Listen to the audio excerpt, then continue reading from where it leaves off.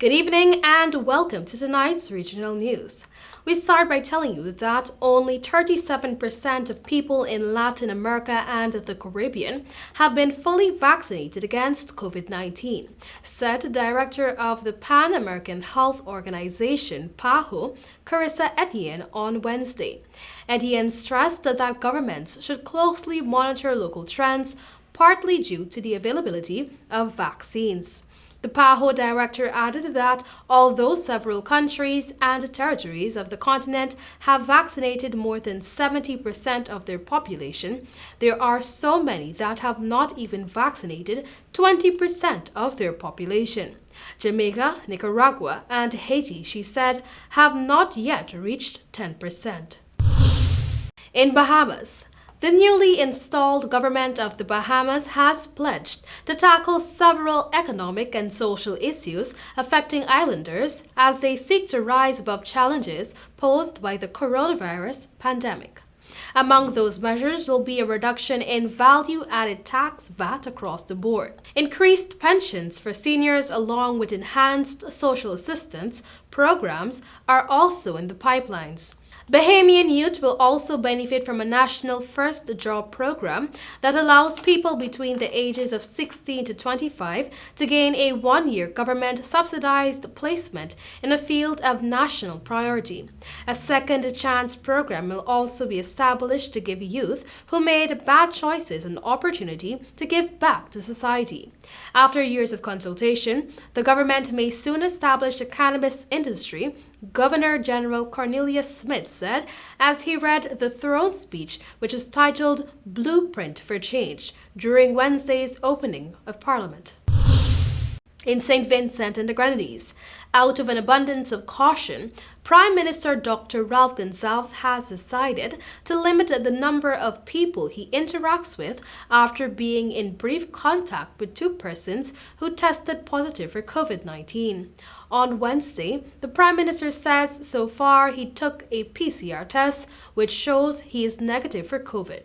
The first incident occurred last week Friday at a scholarship ceremony for students going off to study in Taiwan. One of the students he gave a certificate to tested positive for the virus and only found out about his status after the ceremony. The second brief contact occurred at the House of Assembly Wednesday, where a member of the ancillary staff of the House tested positive for COVID-19. The Prime Minister explains this is the person who helps adjust the height of the microphone and brings water. Gonsalves has been advised to do another PCR test this Sunday. And some good news. The World Health Organization (WHO) said Wednesday the only approved vaccine against malaria should be widely given to African children, potentially marking a major advance against a disease that kills hundreds of thousands of people annually. The WHO recommendation is RTSS or Mosquirix, a vaccine developed by British drug maker GlaxoSmithKline. Since 2019, 2.3 million doses of Mosquirix have been administered to infants in Ghana, Kenya, and Malawi in a large-scale pilot program coordinated by the WHO. The majority of those whom the disease kills are under age 5.